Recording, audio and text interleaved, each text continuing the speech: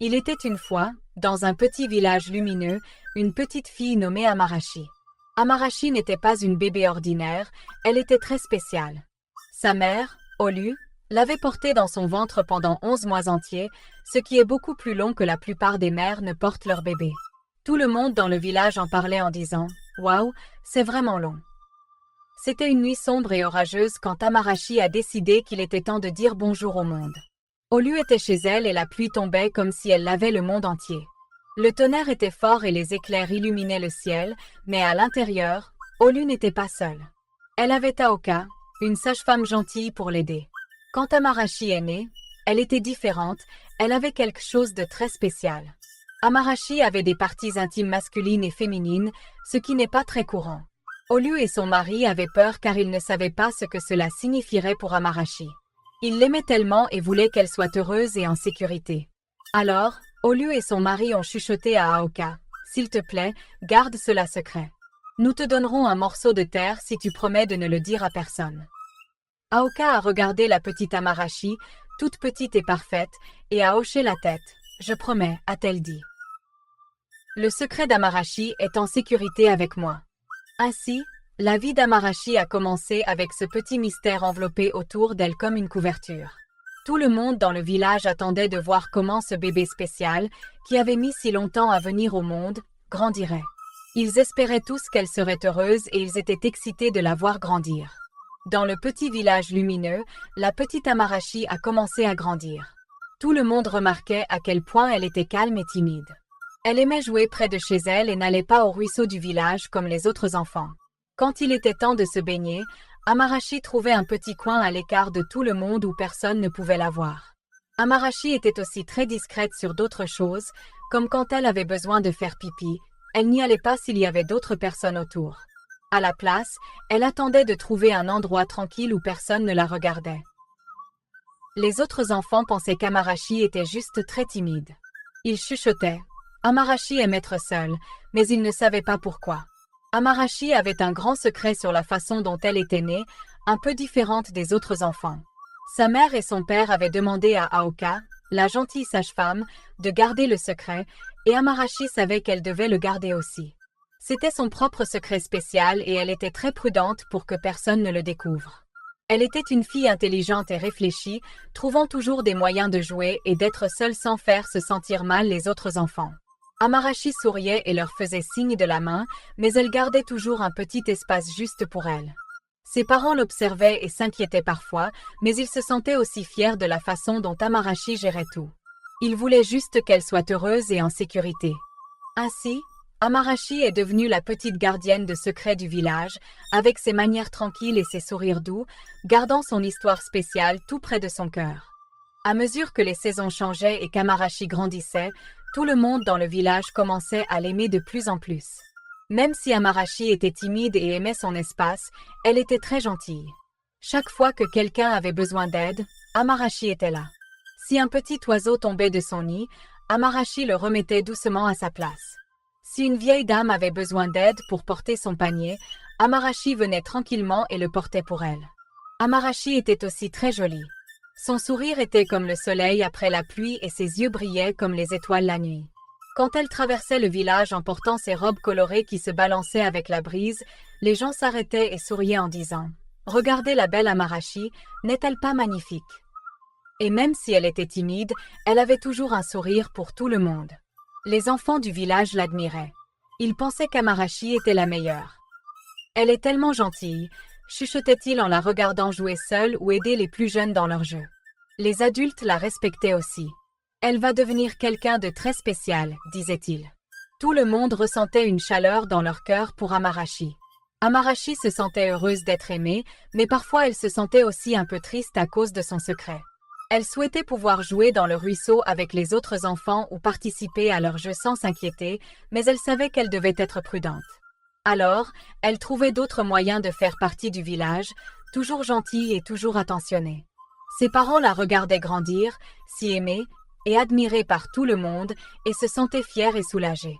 Ils savaient qu'Amarashi était spéciale, non seulement à cause de la façon dont elle était née, mais aussi à cause du grand cœur qu'elle portait en elle. Amarashi était vraiment la bien-aimée du village, grandissant sous les yeux attentifs et aimants de tous ceux qui la connaissaient. Un jour ensoleillé, quelque chose de merveilleux se produisit dans le village. Le plus bel homme des environs, avec son sourire éclatant et ses bras forts, demanda Amarashi en mariage. Tout le monde aimait Tari parce qu'il était si gentil. Quand Amarashi a dit oui, tout le village était super excité. Le mariage fut la plus grande fête que le village ait jamais vue. Il y avait des fleurs colorées partout, et les tambours et les danses durèrent toute la journée et toute la nuit. Amarashi portait une robe scintillante, aussi jolie que la lumière de la lune sur la rivière, et Tari avait l'air si fier à côté d'elle. Tous les villageois se joignirent à la célébration, savourant de la nourriture délicieuse et riant beaucoup, en disant « Amarashi et Tari sont parfaits ensemble ». Amarashi ressentait tellement d'amour de la part de tout le monde, mais à l'intérieur, elle était vraiment nerveuse. Elle aimait beaucoup Tari, mais elle avait peur de lui dire un secret sur elle-même, qu'elle était différente des autres femmes. Chaque nuit, quand Tari montrait son amour comme le font les maris et les femmes, Amarashi disait « Pas encore, mon amour, attendons le bon moment ». Elle essayait de paraître heureuse, mais à l'intérieur, elle était vraiment inquiète. Tari, toujours compréhensif, souriait et disait « Je t'attendrai, Amarashi. Je t'aime tel que tu es ». Mais Amarashi pouvait voir qu'il était un peu confus, ce qui la rendait encore plus effrayée. Elle voulait vraiment lui dire son secret. Les jours se transformèrent en semaines et les gens du village commencèrent à chuchoter, se demandant pourquoi Amarashi et Tari n'étaient pas proches comme les autres couples mariés. Amarashi sentait tout le monde la regarder, plein de questions. Elle serra la main de Tari plus fort, souhaitant pouvoir tout lui dire. Tari aimait Amarashi profondément, mais le secret d'Amarashi les séparait. Elle espérait qu'un jour, ils pourraient tout partager l'un avec l'autre. Pour l'instant, Amarashi continuait de sourire, espérant qu'elle pourrait bientôt être totalement honnête avec son merveilleux mari. À mesure que la lune croissait et décroissait, Tari commençait à se sentir un peu contrariée. Chaque nuit, Amarashi avait une nouvelle excuse pour dire pas encore.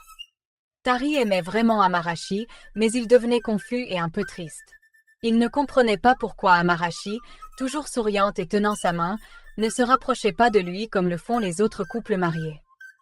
Un jour, Tari ne put plus garder ses soucis pour lui. Il alla voir les parents d'Amarashi, marchant lentement parce qu'il était très troublé. « J'aime tellement Amarashi, leur dit-il, mais je ne comprends pas pourquoi elle dit toujours que nous devons attendre. Y a-t-il quelque chose que je devrais savoir ?»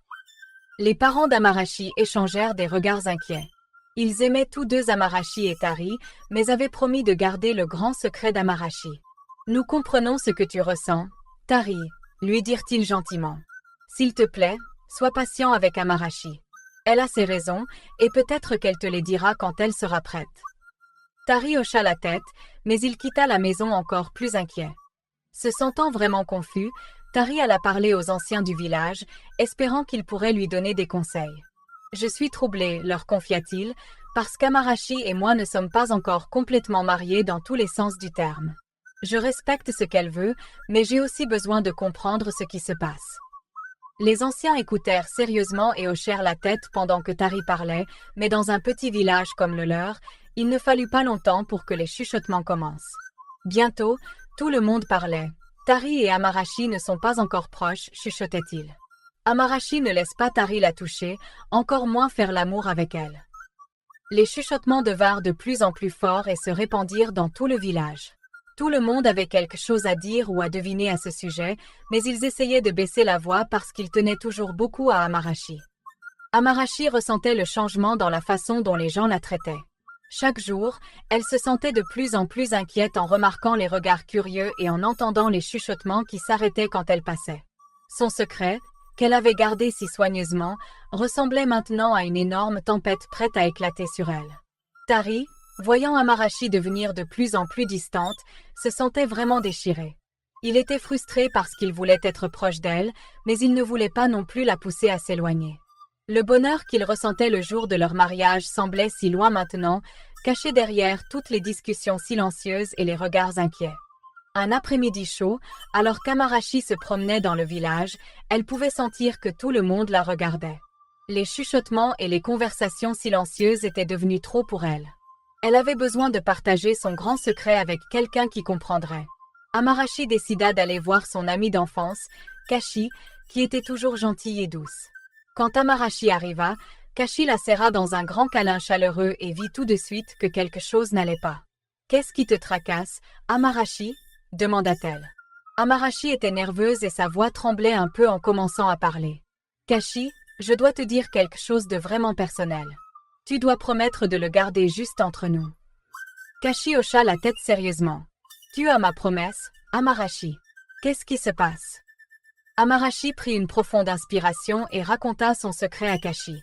Elle expliqua qu'elle était née différente, avec des parties intimes masculines et féminines, et comment cela rendait difficile d'être complètement elle-même avec Tari. Kashi écouta avec un regard surpris mais bienveillant. « Oh Amarashi, chuchota-t-elle, c'est un grand secret à porter, mais tu es toujours la merveilleuse Amarashi que je connais. Ton cœur est gentil et ton esprit est fort. » Amarashi se sentit un peu mieux après avoir raconté son secret à Kashi, comme si un petit poids avait été enlevé de ses épaules. Elle serra Kashi dans ses bras, reconnaissante pour la gentillesse de son amie. En quittant la maison de Kashi, Amarashi se sentait un peu plus légère, mais toujours inquiète de ce qui pourrait se passer ensuite. Cependant, à mesure que le jour se transformait en soirée, le secret qu'Amarashi avait partagé commença à se répandre. Kashi, se sentant dépassée par ce qu'elle avait appris, finit par en parler à sa famille.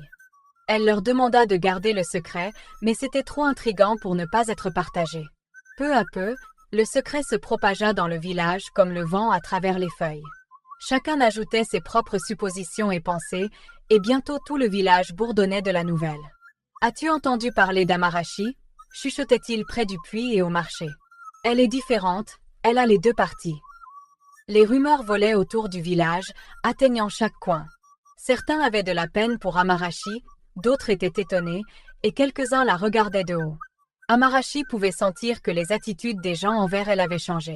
Ils ne la regardaient plus de la même manière, leurs yeux étaient maintenant pleins de questions.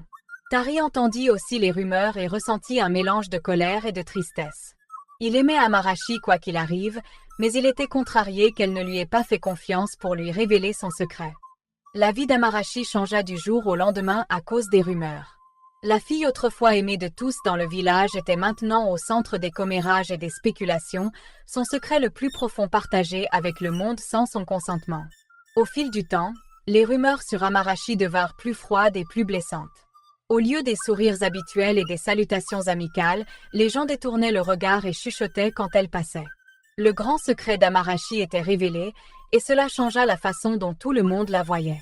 Le respect et l'admiration se transformèrent en quelque chose de bien plus froid. Tari était également très contrarié. Il se sentait trahi parce qu'Amarashi ne lui avait pas dit une vérité très importante sur elle-même. Il l'aimait beaucoup, mais il était aussi en colère et confus. Toutes les discussions autour du village rendaient les choses encore plus difficiles. Un soir, avec un cœur très lourd, Tari dit à Amarashi « Je pense que tu devrais rester ailleurs pendant un moment, juste jusqu'à ce que les choses se calment. » Amarashi fut dévastée par les mots de Tari. Leur belle maison, autrefois pleine de bonheur et de rêves, semblait maintenant si vide et froide. Elle fit ses bagages discrètement et partit alors que la soirée se transformait en nuit. Amarashi trouva une petite cabane cachée à la lisière du village, entourée de buissons épais et de saules pleureurs. Là, elle essaya de trouver un peu de paix, loin de tous les regards et des murmures. Cette petite cabane devint son refuge, un endroit où elle pouvait être seule avec ses pensées. Mais même dans sa retraite tranquille, Amarashi ressentait la douleur d'être rejetée. Le bonheur qu'elle ressentait autrefois avait été remplacé par une sagesse plus profonde et plus triste. Elle passait ses journées à marcher seule dans la forêt, parlant aux oiseaux et trouvant un peu de réconfort dans les sons du vent dans les feuilles. Pourtant, la solitude la collait comme un brouillard sur l'herbe. Amarashi, autrefois si aimée, se sentait maintenant comme une ombre dans le village, présente mais presque invisible. Être repoussée par ses amis et voisins lui faisait beaucoup de mal, car c'étaient les mêmes personnes avec qui elle avait grandi. Au fil des saisons, le village fit face à une terrible sécheresse. Les champs verts se transformèrent en poussière, les récoltes se desséchèrent et la rivière qui coulait joyeusement à travers le village devint à peine un ruisseau lent. Les villageois regardaient, impuissants, leurs réserves de nourriture diminuaient de plus en plus. La nuit n'apportait aucun réconfort, mais plutôt des sons étranges et effrayants. Des ombres semblaient se déplacer toutes seules et des cris étranges flottaient dans l'air, faisant frissonner même les plus courageux des villageois. Personne ne pouvait bien dormir, et une peur profonde se répandit dans le village comme un sombre brouillard. Se sentant désespérés, les anciens du village se réunirent sous le grand baobab. Ils étaient profondément inquiets et décidèrent de demander de l'aide à l'oracle. L'oracle était une personne sage qui pouvait parler aux dieux. Le cœur plein d'espoir, ils allèrent à sa hutte à la lisière du village. À la lueur vacillante des torchers et l'odeur épaisse de l'encens, l'oracle écouta leurs préoccupations. Après une longue pause tendue, il parla d'une voix profonde qui remplissait la pièce. « Les dieux sont en colère, dit-il. Notre monde est déséquilibré. Seule une femme pure et intacte peut rétablir l'équilibre et ramener la pluie et la paix. » Les anciens se regardèrent, inquiets. Ils devaient trouver quelqu'un de pur pour le sacrifice, mais l'oracle laissa aussi entendre que quelque chose de mauvais pourrait arriver à cette personne. Désespérés, ils choisirent de ne pas dire cette partie aux villageois. À leur retour, les anciens convoquèrent tout le monde à une grande réunion autour du feu de camp.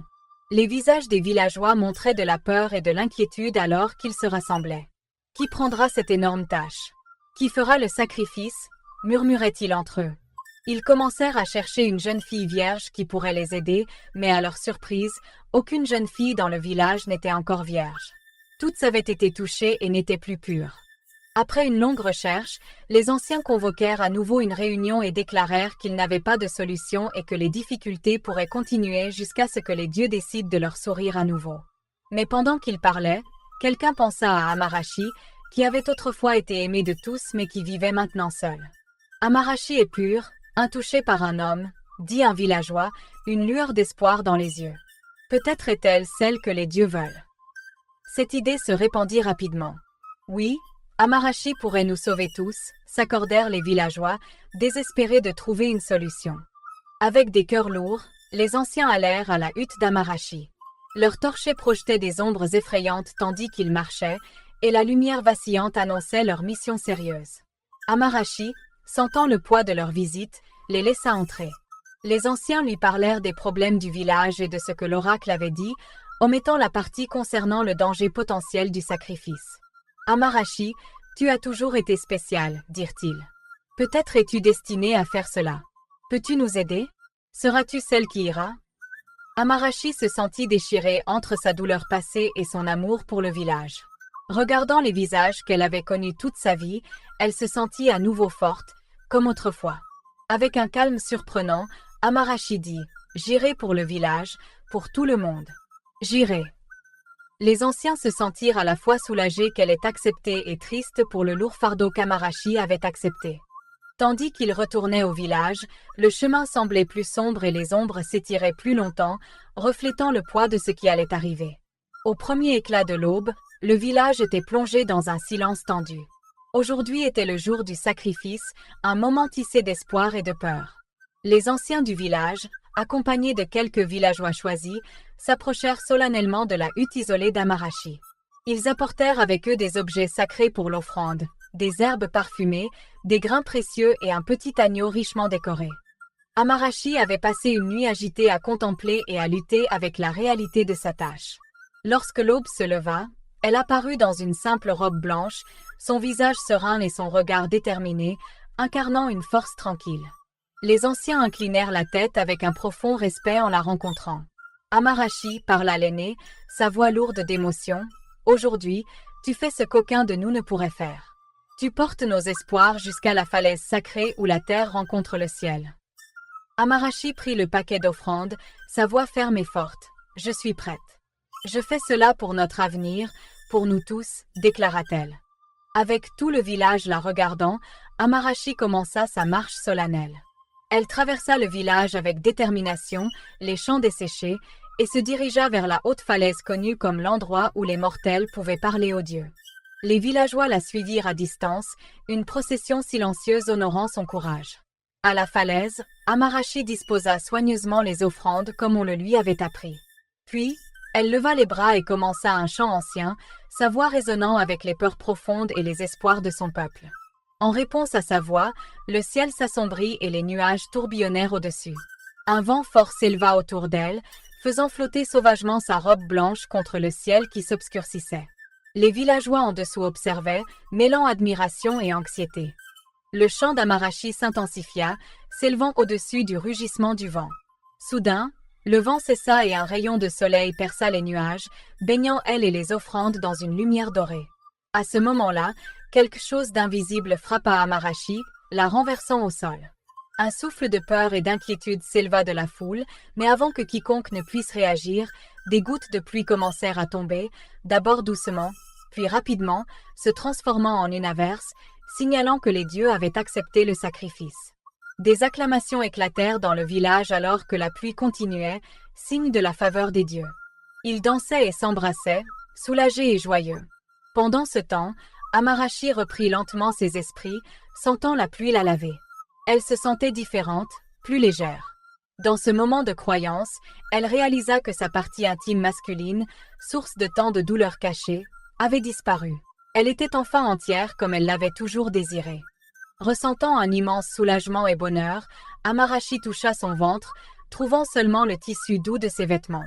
Des larmes coulèrent sur ses joues, non de douleur ou de tristesse, mais d'un profond sentiment de liberté. Elle se tourna vers les anciens et les villageois, souriant largement. « C'est parti !» annonça-t-elle joyeusement. « La partie de moi qui apportait tant de peur, c'est parti !» Les villageois étaient stupéfaits et leur surprise se transforma rapidement en acclamation. La pluie continue semblait purifier les derniers doutes ou peurs, marquant un nouveau départ non seulement pour Amarachi, mais pour tous. Amarachi étant soutenue par les anciens, retourna vers le village, plus légère et plus libre à chaque pas. Ceux qui étaient restés derrière virent le changement en elle et le bonheur dans ses yeux. Bientôt, tout le village était en effervescence et tout le monde vint voir la femme qui avait tant donné et qui avait été transformée par une touche divine. « Regardez-la !» s'écriait-il avec étonnement. Amarachi a été bénie par les dieux. Ils se pressèrent autour d'elle, touchant ses mains et ses épaules, comme pour s'assurer qu'elle était bien réelle et que le miracle avait vraiment eu lieu. Amarachi s'adressa à tout le monde, sa voix forte malgré son récent calvaire. « Les dieux ont accepté notre offrande », expliqua-t-elle. « Ils nous ont donné la pluie et m'ont béni avec un changement qui m'a libérée de ma douleur cachée. Commençons ensemble une nouvelle vie, dans l'unité et l'acceptation. » Les yeux des villageois se remplirent de larmes de joie et de soulagement. Tari, ému et rempli d'une nouvelle compréhension, s'avança et prit les mains d'Amarachi. « Amarachi, tu es vraiment incroyable. Peux-tu pardonner mes doutes et mon impatience d'autrefois ?» Amarachi, son cœur aussi ouvert que le ciel clair au-dessus, sourit et étreignit Tari. « Il n'y a rien à pardonner, murmura-t-elle. Aujourd'hui, nous avons tous les deux changé. » La célébration cette nuit-là fut unique. Plus qu'un festin, c'était une célébration de l'esprit et de la communauté. Les chants et les danses continuèrent toute la nuit, alors que tout le monde, jeunes et vieux, célébrait l'incroyable transformation d'Amarachi et le renouveau de leur terre. Debout à côté de Tari, Amarachi sentit la chaleur de la communauté l'envelopper comme une douce couverture. Elle savait que sa vie serait désormais différente, remplie de nouveaux défis et joies, mais elle était prête à les affronter. Les dieux lui avaient fait un cadeau et elle l'honorerait en vivant sa vie la plus authentique, entourée d'un village qui avait embrassé le pouvoir de l'acceptation et de l'amour. Dans les jours qui suivirent l'incroyable transformation d'Amarachi, le village bouillait d'un sens renouvelé de l'unité et de la joie. La récente pluie n'avait pas seulement ravivé leur terre assoiffée, mais avait aussi aidé à développer une compréhension et une acceptation plus profonde parmi les villageois. Amarachi, qui avait autrefois été isolée et incomprise, était maintenant célébrée au centre de la communauté villageoise, sa bravoure et sa résilience brillant de mille feux. Émue profondément par le courage d'Amarachi et les changements significatifs qu'elle avait subis, Tari s'approcha d'elle avec un cœur débordant d'amour et de respect. Devant tout le village, il proposa à nouveau à Amarachi. Cette fois, il comprenait pleinement son parcours et la véritable essence de son être. « Amarachi, dit-il en tenant tendrement ses mains, tu nous as tous appris la force et le sacrifice. Je demande non seulement ta main en mariage, mais aussi ton pardon. Je promets de rester à tes côtés pour toujours. » Des larmes de bonheur dans les yeux, Amarachi accepta la proposition de Tari. Leur deuxième mariage fut une magnifique célébration de leur engagement renouvelé et du soutien du village. Ce fut plus qu'une simple union de deux personnes, c'était une célébration commune de la résilience et de la victoire de l'acceptation sur la peur et les préjugés. Alors qu'Amarashi et Tari échangeaient leurs vœux sous le ciel bleu clair, les villageois se rassemblèrent autour d'eux, leurs visages rayonnant de bonheur. Ils dansaient, chantaient et racontaient des histoires du courage d'Amarashi, la louant comme une héroïne. Les enfants jouaient joyeusement, leur rire se mêlant à la musique festive, tandis que les anciens discutaient des leçons précieuses qu'il avait apprises sur le pouvoir de l'acceptation et de l'unité. Amarashi était honorée non seulement comme une héroïne, mais aussi comme un symbole de dépassement de la peur et d'émergence plus forte. Elle devint un phare d'espoir pour tous ceux qui se sentaient différents ou incompris, une preuve vivante que les défis personnels peuvent conduire à un succès collectif. Pendant cette célébration, Amarashi prit un moment pour observer les visages de ses compatriotes villageois, des visages qui autrefois la regardaient avec suspicion mais qui montraient maintenant de la fierté et de la chaleur. Elle ressentit un immense sentiment d'appartenance, enfin reconnue et valorisée pour tout ce qu'elle était. La morale de l'histoire, ce conte nous enseigne que nous ne devons jamais rejeter ou sous-estimer les autres, car ils peuvent être exactement ce dont nous avons le plus besoin. Il souligne l'idée que l'aide aux autres conduit souvent à une aide inattendue en retour, illustrant l'interconnexion de la communauté et le pouvoir de l'acceptation. J'espère que vous avez apprécié cette histoire. Si c'est le cas, veuillez aimer la vidéo, la partager avec votre famille et vos amis, commenter et ne pas oublier de vous abonner à la chaîne et d'activer la cloche de notification pour plus d'histoires enchanteresses comme celle-ci. Au revoir.